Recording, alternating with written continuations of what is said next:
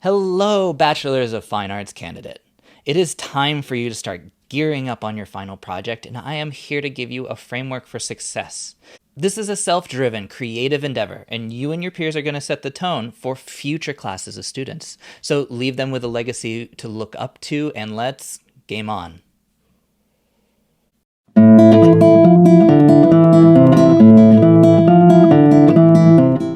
The one thing this video won't cover is specific university paperwork or requirements. This is more generally about the process and milestones. Milestones are an important concept to learn, and if you're familiar with any of the terms that we're using, check out the milestones video with the link below.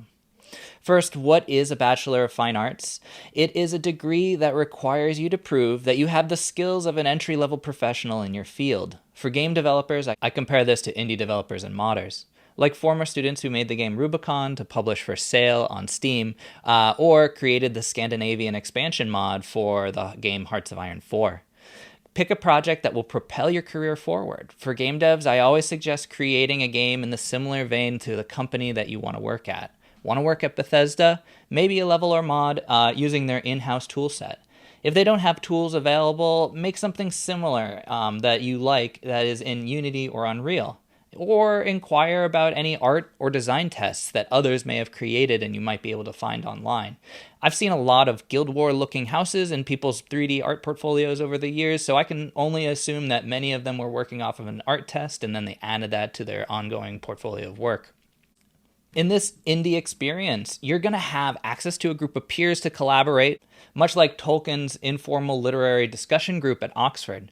You're going to also have access to experts in your field capable of guiding you away from the pitfalls and expose you to new perspectives. You've also got access to equipment, lab space, software, and seed investment competitions that the school offers to its students.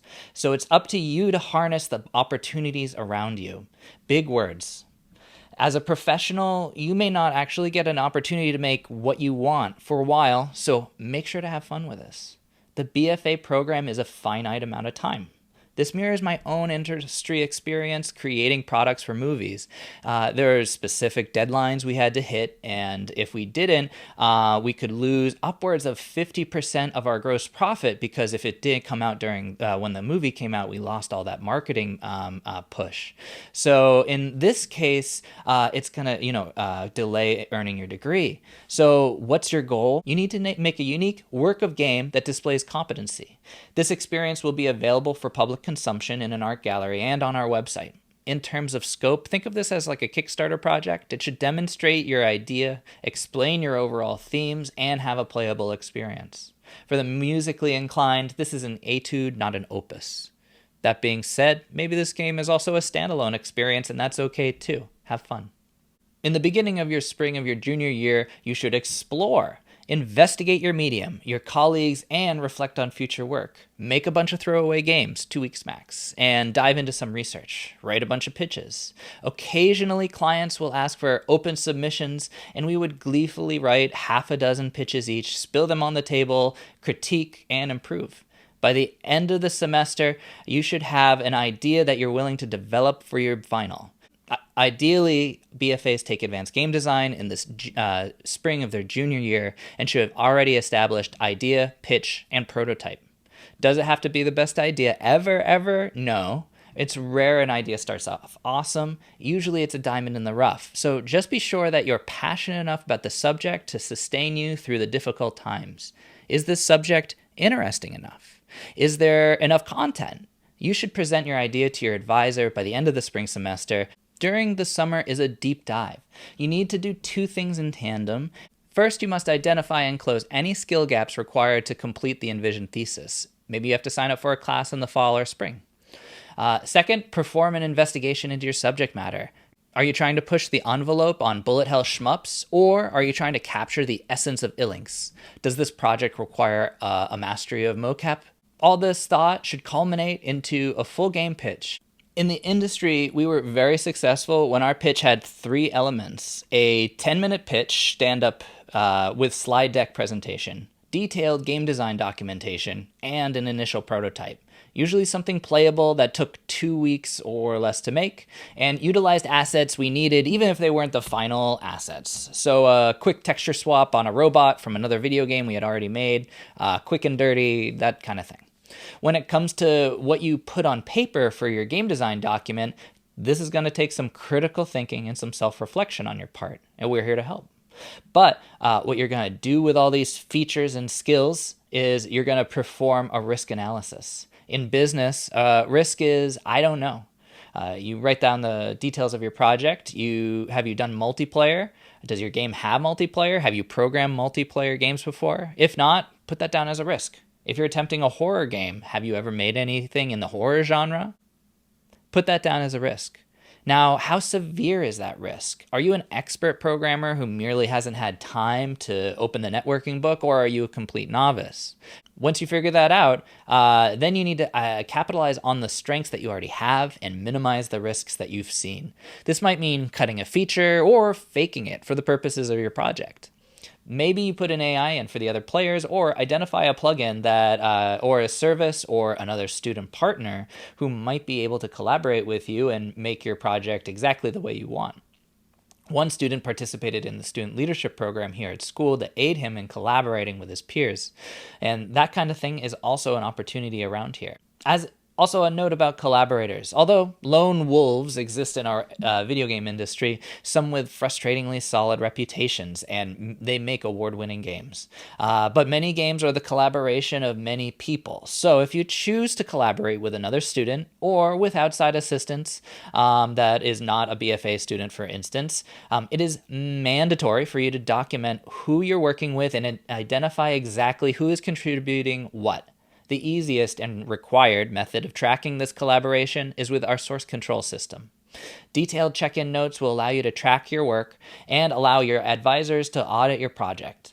You must keep track of your contributions to your project, and they must be significant enough to earn your BFA degree on your own in the field of your choosing. So if you want to program a choose your own adventure game with film as the content, awesome. But be clear on who's doing what.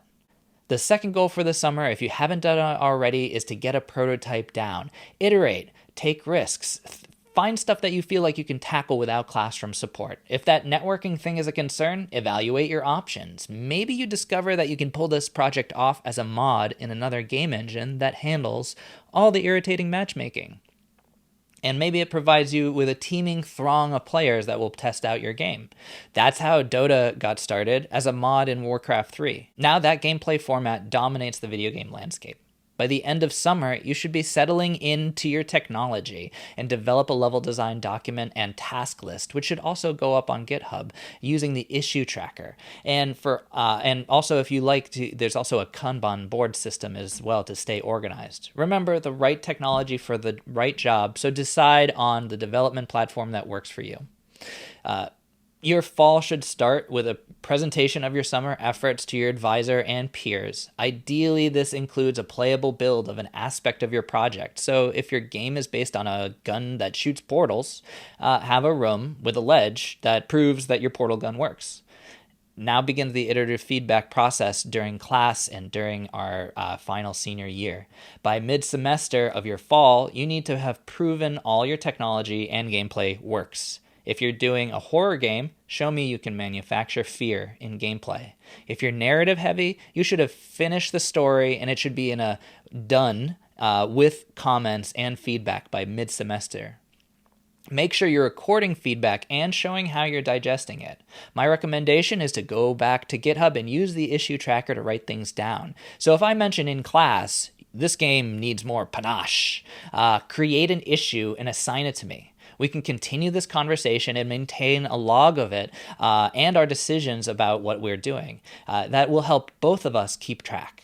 At the end of the semester, I expect a alpha-ready build, so by December. 100% of the programming, implementation, playable from beginning to end with approximately 50% of your art assets and content implemented. So by content, I mean no need to write backstories for every single item in the game, but all the main dialogue has to be implemented and you should be able to go through every narrative tree. By February, beginning of February of your final semester, you should have your game in beta or near beta. This means responding to feedback, polishing items, and bug fixing. There should also be no crash bugs at this point. This seems like a tall order, but if you don't hit these critical marks, you could be crunching over your winter break or cutting content that you would have otherwise gotten into your game. One frequently asked question is, can I use my homework to complete my BFA project? That's up to you and your professor of the class, but as long as you're not submitting the same work for multiple classes, it's a smart move to think of ways that you can adapt current class assignments to help you focus your energy all on one project. By April, you are done sooner than you think, right? You must exhibit your work publicly and during the month of April. So your playable final build needs to be in with credits, including everyone who worked on the project, your advisor's name, and a note about you completing the work as part of the BFA program with appropriate logos and attributions. See the branding page for guidelines or use the splash screen that I've provided. For your hand-in, I require you to have submitted into your drop-off box, 1, a build that works on the lab PC or another platform if we determine prior to that for your showcase, an up-to-date paragraph describing the game, a kind of back of the box, a package of all your source code and a buildable project, all in Unity package or a zip file or something like that, a Yukon landing page with details about your project, so the same paragraph and stuff, 10 screenshots, a 2-minute gameplay trailer, a however many long minute gameplay or a playthrough trailer with no commentary. If you'd like to check out some of the examples for student successes, go onto the website and look at some of our curated student work. I know this is a lot. It's a lot to digest, so email me if you have questions. You are traveling into well-charted waters, so if you're struggling, speak up, and I'll see you in class.